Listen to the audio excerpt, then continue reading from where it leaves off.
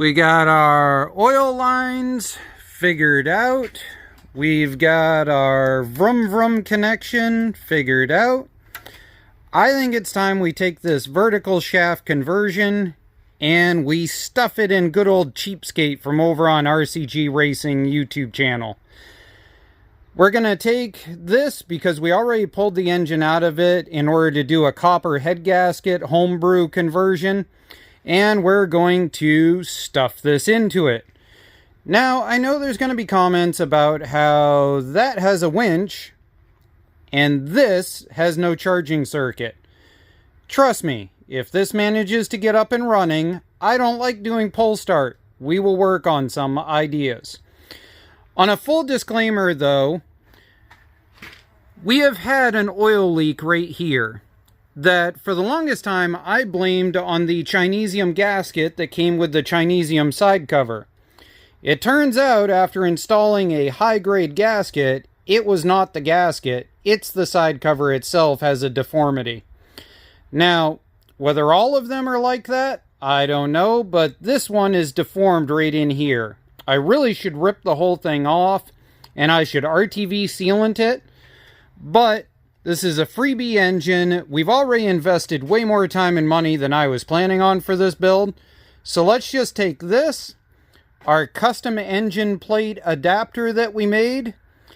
We've got to figure out what in the world to do with the exhaust right there. And yes, that is oil dripping out the exhaust.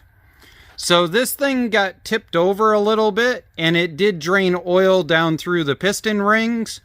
So I'm expecting this to be a heck of a smoky start up. On the inside of this, we have gutted the inside of the cover. So all of this is directly vented straight to the valves. We've added this because we had issues with splashing oil coming through on the last version of a printed valve cover that we did. And now, I need to go jump in my truck and go help with a much bigger engine than what we're working on today. Well, we gotta help with a slightly bigger engine first. Then we'll go work on our project. But right now, he's getting it dropped down into this upside down cradle so he can pull the pan off and do all the bearings in the bottom of it. We'll get this done. Now I'll see you guys. Well, let's give you an update. That is so amazingly quiet. That is half the price of that, and the first setting alone is better. This is bolted in. I'm working on pie cutting the exhaust a little bit to get the exhaust to dump this direction. I don't want it going that way directly into the belt and everything. And what's an experimental build without a few more experiments added?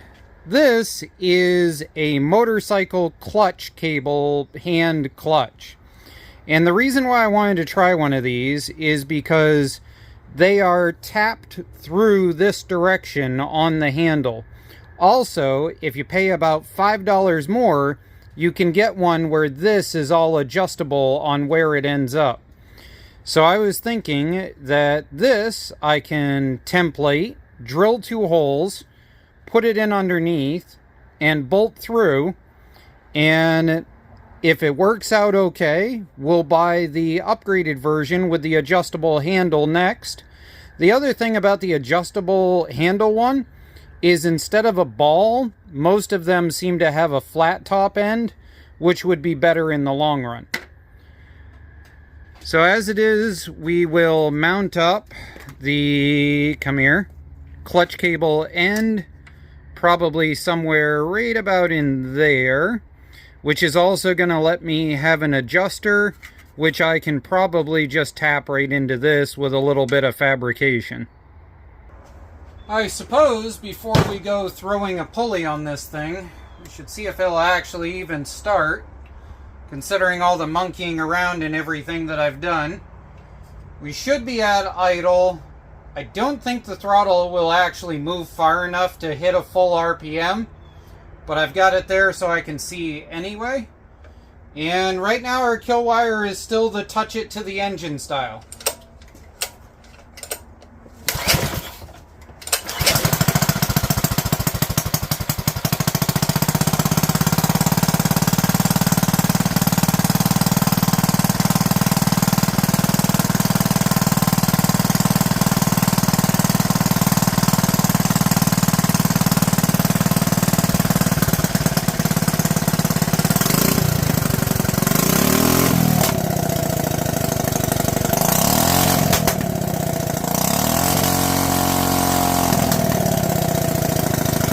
Pulley swaps are easy, they say.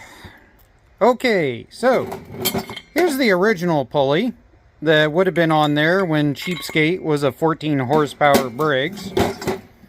Here's a absolutely beautiful Phoenix pulley that I ordered up special for this project or another project.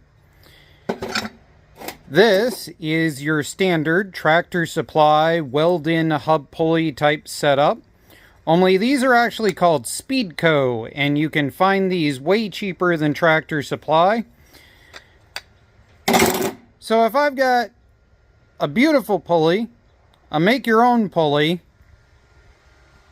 why am I currently cutting the hub out of an old rim? Yeah, the problem is we're dealing with a really short shaft and it doesn't extend down far enough to get the pulley where it needs to be for the belt system. So, what I'm going to do is I'm going to take this, clean it up.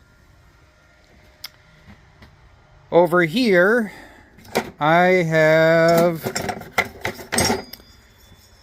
a pump pulley that goes to an old hydro gear style transmission, and if this is the piece that I cut out, we're going to center it as best we can.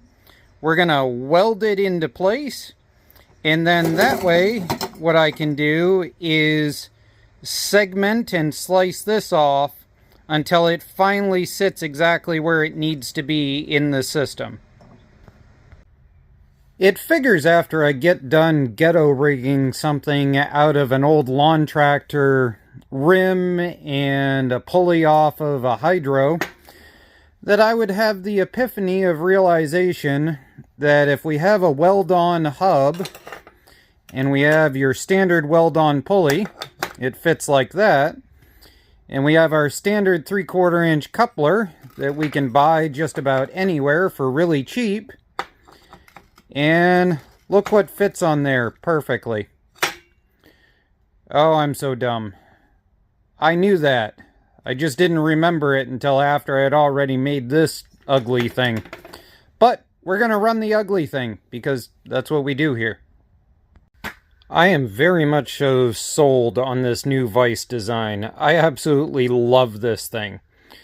The old vise was a bigger, better vise that has gone to a new home in order to help with building race cars. But this thing is awesome. It does everything that I need, and it's got the clamps for doing piping down below.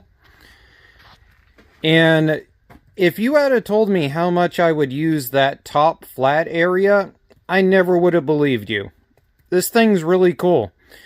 One of the things I've been debating is that because it's got this top flat area, it means that stuff can press down and have something to hold against. So I'm thinking maybe building like a folding piece for being able to fold sheet metal that bolts down in or clamps down in or something. I don't know. Because of this, you can have all kinds of back pressure. So that's what I'm thinking. I'm thinking a sheet metal bender or something added to this. Here we go. Belt guard number 1, modified for the slightly about 1 inch bigger engine pulley. Down here, see that word? That says China. I don't know what it is about these idler pulleys from China, but I've seen this twice now. You have to weld a piece right there because the China pulleys are 1/8 of an inch smaller in diameter, just enough that they slip the belt on the stock tensioner. So, we've got our clutch there, we've got that there. If we punch our clutch and release the brake, that binds up, that comes down and around, and here we go. So right now, this belt is about 1 inch too long, and I can tell that because that bracket is hitting on that bar. So what I really need is a 1 inch smaller belt, but for now, we will get out and testing on this. Recording. Alright, we're going to try starting this. We should be on a high idle.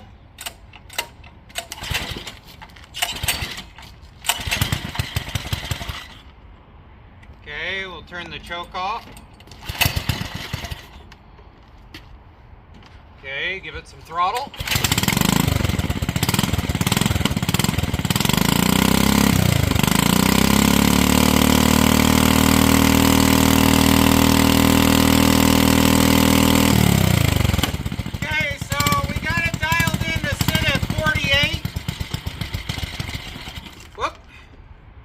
That's what I was worried about, and that's why the idle is set a little high.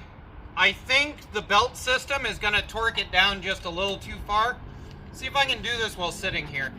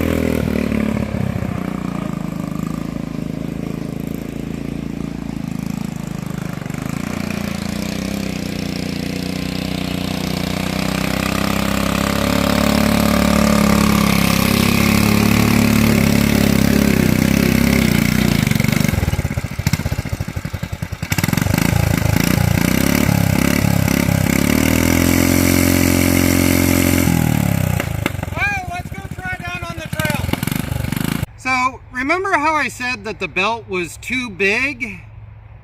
This is what happens when you decide not to go to the hardware store and buy the 1-inch smaller belt that I warned everybody it would need. We're gonna try again.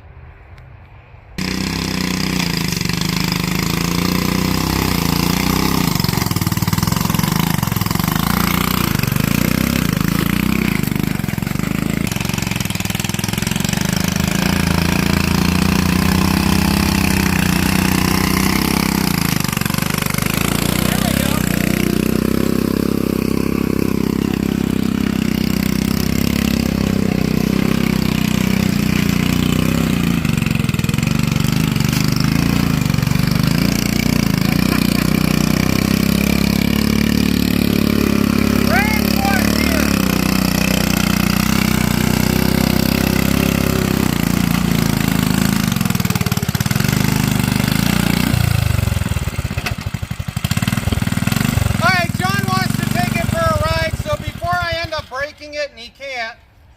The kill tether is working. It definitely has enough horsepower and torque for about 1st through 4th gear. As long as you don't hit any major hills, it's okay in 5th and 6th. This engine obviously is a piece of junk, high hours. We're gonna beat the piss out of it. When it explodes, do you think we should recreate it with a brand spanking new engine from Harbor Freight? What do you guys think? Is this worth recreating in something brand new? Hi, John, you want to ride? Sure. Okay. Can't reach it, can you? I can. Okay, little bit of clutch, little bit of gas. Okay.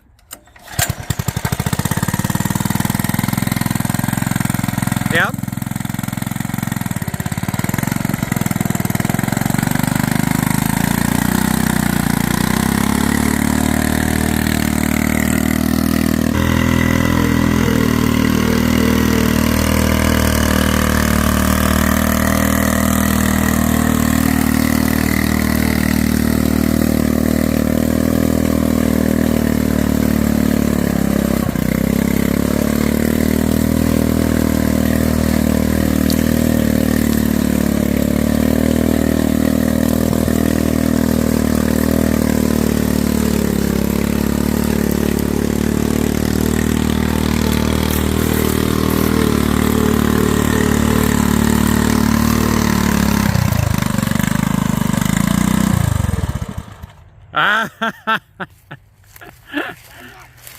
Yeah, she doesn't have enough torque to power through if you drop the RPM below about 2,000. Okay. So, little bit of clutch. Hold the gas. And I'll kick it back over, okay? I hit the tree and I was going to try putting it in reverse. Oh, you hit the tree and then you didn't quite manage to hold the gas. I got you. So I need to put it in reverse. Oh, you want to try and back up? Yeah. Okay, reef on it. Yeah, this is why you shouldn't let people borrow machines. This is our learning experience here. Okay, hold up, hold up. Here's the other thing about these. When these wear out, I don't know what it is, especially the 4-shift key version like this is. A lot of times when they won't come back through, if you punch it forward and then come back, it'll neutral and then reverse. Okay, you got your clutch partly down? Okay, partly down, a little bit of throttle. Okay, yep, partly down, a little bit of throttle, and give it some love. Oh, did we run out of gas or did you stall it to the point it's wet on the spark plug? Nope, we got gas. All right, hold that throttle down and let her come up through. Ready? No, your clutch is not down far enough. Your clutch, I can see it moving. Yeah, there we go. Okay, let off the clutch nice and easy.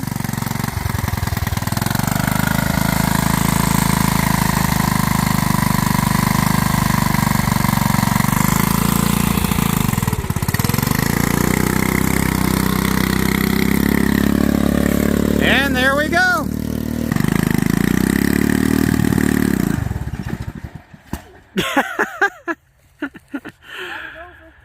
Alright, well I think that's a good place to end the video because John and the learning of clutch and gas at the same time is having its usual ramifications. Mainly I think the transmission is taking a beating and my brand new belt is probably done for at this point. But I'm okay with spending 20 bucks for John to learn how to drive a standard. It's fun, right? Yeah. Alright, so what do you think? Was this worth building out of a junk generator? Sure. Sure? Yeah, you need your mud tires back on, don't you? Yeah. We're going to leave the turf savers on until you learn how to drive a clutch, though, because otherwise you might tea kettle yourself in a bad way. Alright, say bye-bye.